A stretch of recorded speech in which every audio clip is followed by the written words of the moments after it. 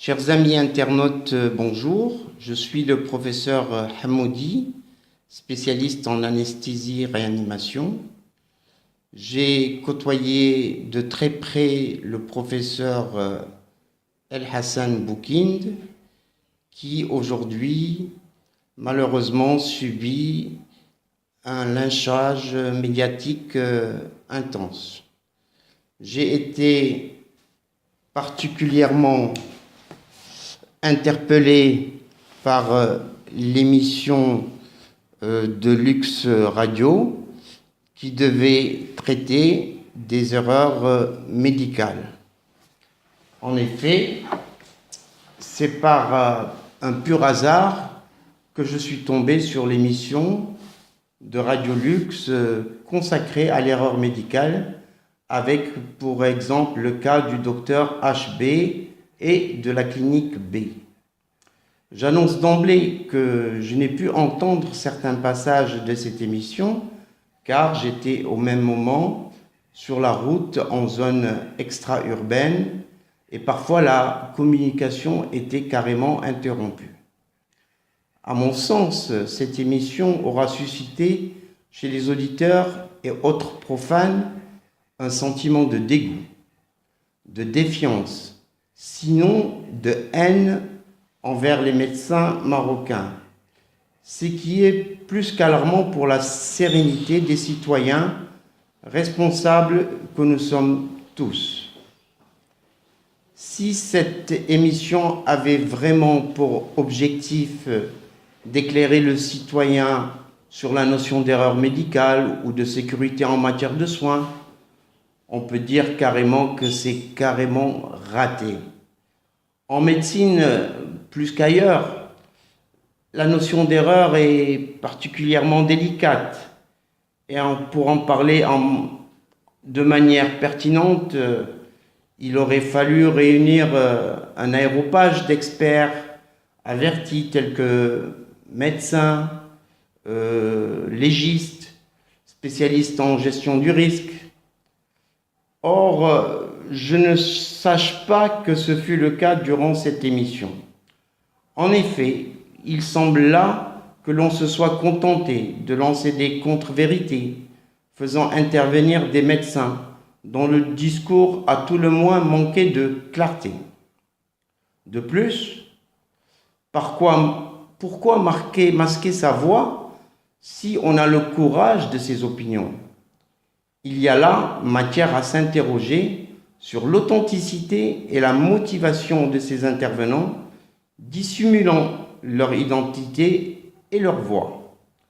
Que craignent-ils donc ? Et ces prétendus médecins sont-ils aussi qualifiés que l'est le docteur HB pour oser parler de lui et se poser en juge de ses comportements ou compétences ? Quand on parle d'analyse sanguine indispensable avant une intervention chirurgicale, le citoyen lambda pensera que celles-ci sont systématiques et obligatoires et que, par conséquent, si elles ne sont pas demandées, c'est que le médecin aura commis une faute, ce qui est encore plus grave qu'une simple erreur. Or, cette assertion est inexacte. En effet, le bilan préopératoire n'est pas indispensable, il n'est pas obligatoire. Il appartient au seul médecin anesthésiste de prescrire lors d'une consultation d'anesthésie ces examens selon la situation, au cas par cas et selon qu'il le juge nécessaire ou pas. Pour en revenir au docteur HB en question, que j'appellerai professeur émérite HB, on l'a assez traîné dans la boue depuis quelques semaines.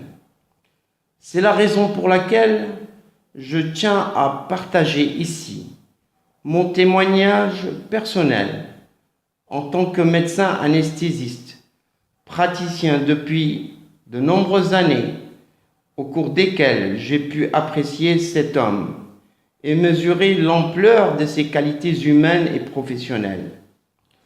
Pour le commun des mortels, et si l'on en croit certains médias, le docteur HB serait un serial killer, Dracula ou encore Jack l'Éventreur. Cette calomnie s'est répandue comme une traînée de poudre, facilitée par l'agitation frénétique de quelques esprits manipulés ou mercantiles qui ont inondé la toile de propos indignes et médisants à l'encontre du professeur HB. Pourtant, cet homme a exercé durant presque 30 ans au CHU Ibn Rushd. C'est un chirurgien de renom et de grand talent, un humaniste dont la renommée dépasse les frontières du Maroc. Il n'a jamais reculé devant les obstacles, il s'est toujours rendu disponible et a toujours fait preuve de bienveillance, compréhension et gentillesse pour répondre aux innombrables sollicitations et se mettre au service des patients qui le consultaient ou lui étaient adressés en dernier recours par des confrères. En effet, ses confrères lui faisaient totalement confiance en matière de chirurgie réparatrice lourde. Dans la plupart des cas, les interventions du professeur HB ont été couronnées de succès, permettant à nombre de patients de retrouver une apparence normale et leur joie de vivre, alors qu'ils les avaient reçus dans un tel état que personne ne voulait se risquer à les prendre en charge. Dès lors, comment mettre en cause les qualifications et diplômes de cet homme, alors que le professeur HB a lui-même formé et qualifié de nombreuses promotions de chirurgiens spécialistes en chirurgie plastique et réparatrice qui sont aujourd'hui soit en exercice dans le secteur public, soit dans le secteur libéral. À travers ces missions humanitaires au Maroc et à l'étranger, le professeur HB a rendu d'inestimables services à des populations défavorisées et éloignées des centres spécialisés. Plusieurs organismes caritatifs reconnaissent en lui un collaborateur aux qualités incontestables. Combien d'enfants ont retrouvé le sourire suite à ces interventions? Combien de malformations a-t-il prises en charge, enrayant ainsi de nombreux et douloureux handicaps? C'est également une aberration de dire que le professeur HB a été viré, entre guillemets, du CHU, alors qu'il a délibérément décidé de prendre une retraite anticipée. À preuve, l'annonce de son départ a soulevé un tollé général de protestations et de regrets de la part de nombreux patients et médecins qui l'ont manifesté sur la toile. C'est dire l'estime générale dont jouit toujours cet éminent spécialiste.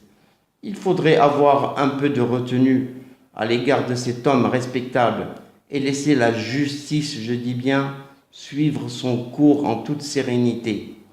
En tant que médecin anesthésiste et m'intéressant de près à la sécurité en milieu de soins, je peux affirmer que le risque zéro n'existe pas et que nous œuvrons tous collectivement à la plus grande garantie de sécurité pour l'ensemble des patients.